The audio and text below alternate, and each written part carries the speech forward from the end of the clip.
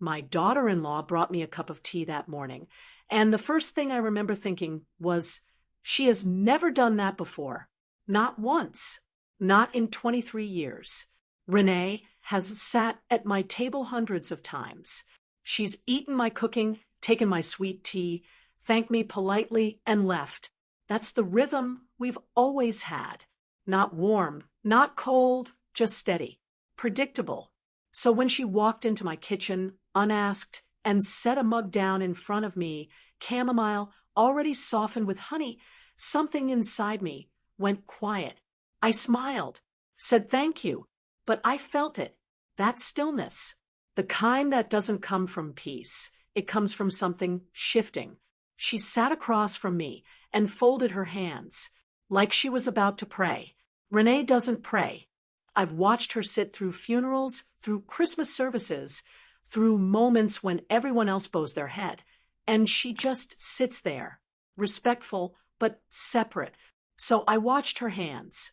Then I looked at her face. She said, "I just wanted to check on you."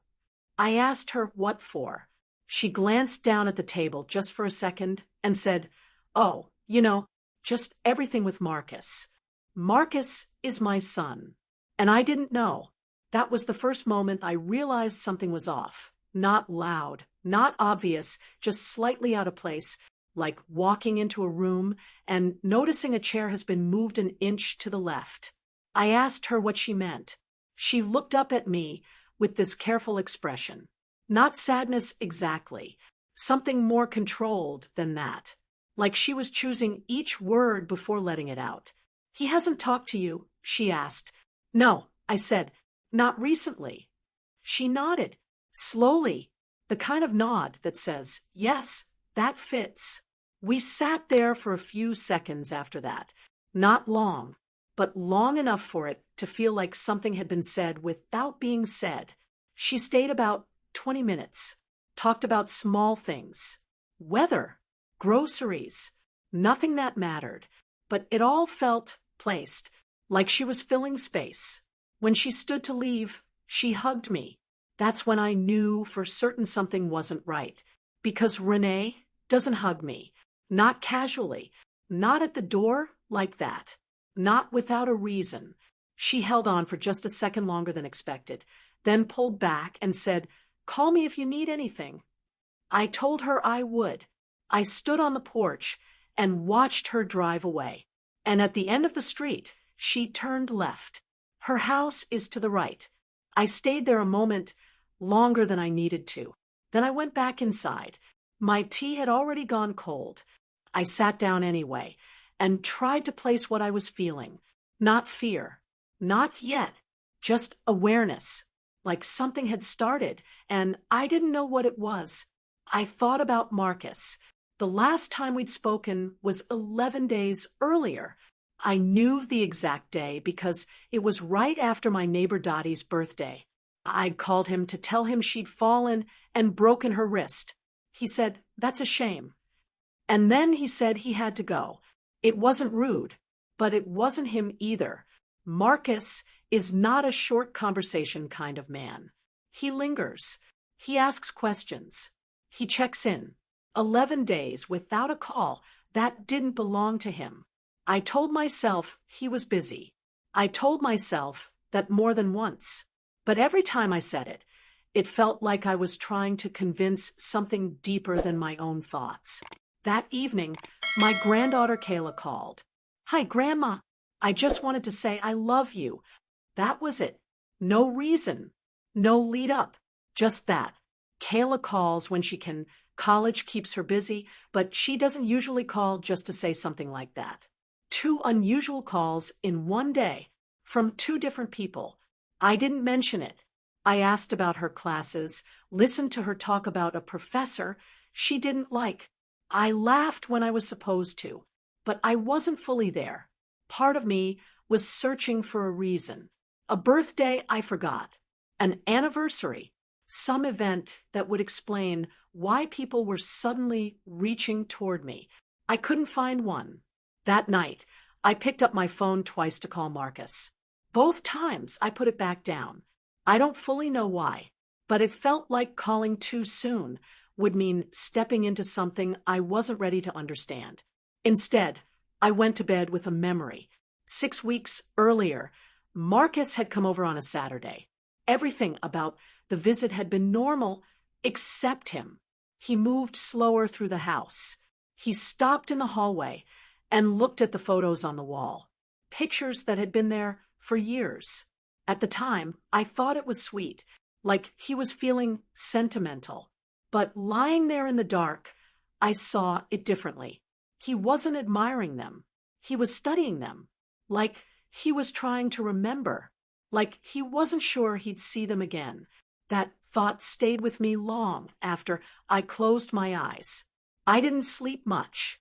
Around 3 a.m, I got up and sat at the kitchen table with a cup of warm milk. The house was quiet in that deep, heavy way it gets in the middle of the night. And I tried to think clearly, not what I felt, what I knew. Marcus had gone quiet. Renee had come to me with tea, folded hands, and a hug she didn't usually give. Kayla had called just to say she loved me. And Renee had driven in the wrong direction. Then something else came back to me. Something small. Something I almost missed. At the door, just before she left, Renee had said, very softly, "You deserve to know the truth, Miss Gloria." I hadn't asked her, what truth? That sat with me the rest of the night. I called Marcus the next morning, not because I made a decision to, but because my body did it for me. I was standing at the stove, watching my eggs, and I dialed his number without thinking. It rang 4 times. Then voicemail. That part wasn't strange. What was strange was the voice. Not his. The automated system. Flat. Generic. Like the phone had been reset. I stood there for a second longer than I should have. Then I left a message. Light. Normal. Careful. He didn't call back. Around noon, Dottie came by. We sat like we always do, talking about small things. Her wrist. Her appointments. And then, without thinking much of it, she said, "I saw Marcus last week." That got my attention. "Where?" I asked. "Right out front." She said, "In his car." I felt something tighten. "What time?" "Late afternoon." I waved. He waved back, but he didn't get out. He didn't come to the door. That doesn't happen. Not with Marcus. He's the kind of man who walks in before you even finish saying, "Come in." But he had been here, close enough to see, and he chose not to knock. That was 9 days ago, before Renee came, before Kayla called. I carried that with me the rest of the day, not loudly, just there, like something pressing gently but constantly at the back of my mind. I called him again that evening. 2 rings, then silence. No voicemail, just stopped. I stared at my phone, and that's when the feeling changed. Not fear, not panic, just certainty. Something was wrong. I called Theodore next, my younger son. He picked up quickly, too quickly. He sounded careful, measured, like he already knew where the conversation might go. I told him I hadn't been able to reach Marcus. There was a pause. Small, easy to miss. Then he said, "He's probably just got a lot going on right now." Right now, that word stayed with me, like there was a time frame I wasn't part of. I asked if everything was okay. He said, "Far as I know." Then he found a reason to get off the phone. He said he'd call back. He didn't. That night, I didn't sleep again. I lay there and started going back. Thanksgiving, Christmas, January, looking for anything I might have missed. And then I found it. In January, I'd asked Marcus to help me sort through his father's papers. We sat at this same table for hours. At the end, he asked me something simple. "Do you have a copy of the house deed somewhere safe?" I told him yes. "Where?" "In the fireproof box, under the bed." He nodded, said, "Good." And that was it. At the time, it didn't mean anything. Now it meant everything. Renee called 4 days later. Miss Gloria, I need to come over. There's something you need to see. She didn't explain. She didn't try to soften it, just said she'd be there soon. When she arrived, she brought a folder, sat down, same chair, same table, but this time no small talk. She placed the folder in front of her and kept her hand on it. Then she said, Marcus has been trying to sell the house. The words didn't land right away. They just hovered. She opened the folder. Papers, emails, legal documents. And there it was. My address, my name, and his, listed as co-owner, under a quitclaim deed I don't remember signing. I read it once, then again, set it down. When? I asked. For years ago. For years ago. That was right after Roosevelt passed, when everything felt heavy and blurred together. When Marcus had stepped in to help with paperwork, sitting right here, handing me documents, telling me where to sign. And I signed them because he was my son, because I trusted him, because I wasn't thinking about protecting anything. I was just trying to get through the days. Renee said she'd only just found out, that she'd come as soon as she understood what she was looking at. Then she said something that settled deeper than everything else. I don't know what he planned to do with you. Not where I would go, not what would happen, just that I was part of a plan I hadn't been told about. I stood up and walked to the window. My roses were blooming, the same ones I planted when Marcus graduated. I had just pruned them. Everything outside looked the same. Inside, nothing did. I thought about him sitting outside my house, about him looking at the photos, about him asking about the deed, and me telling him exactly where to find it. I turned back to Renee. Does he know you're here? I asked. She said no. I nodded, took a sip of cold coffee, just to give myself a moment. Then I asked her to leave the folder. After she left, I sat there for a long time. I didn't cry. I didn't panic. I just sat and thought about Roosevelt, about something he used to say, that loving people doesn't come with guarantees. I understood that now in a way I never had before. The next morning, I called a lawyer, not someone we knew, someone neutral. I needed clear eyes. Her name was Patricia Webb. She read everything carefully. Then she looked at me and said, quietly, this is correctable. It took 7 months. 7 months of paperwork, court visits, conversations I never imagined having. 7 months of understanding exactly what had been done and slowly taking it back. Marcus called 6 weeks into that process. I answered. He sounded like a man trying to find a safe place to start. He said he wanted to explain. I told him I was listening. What he gave me wasn't really an explanation, just pieces.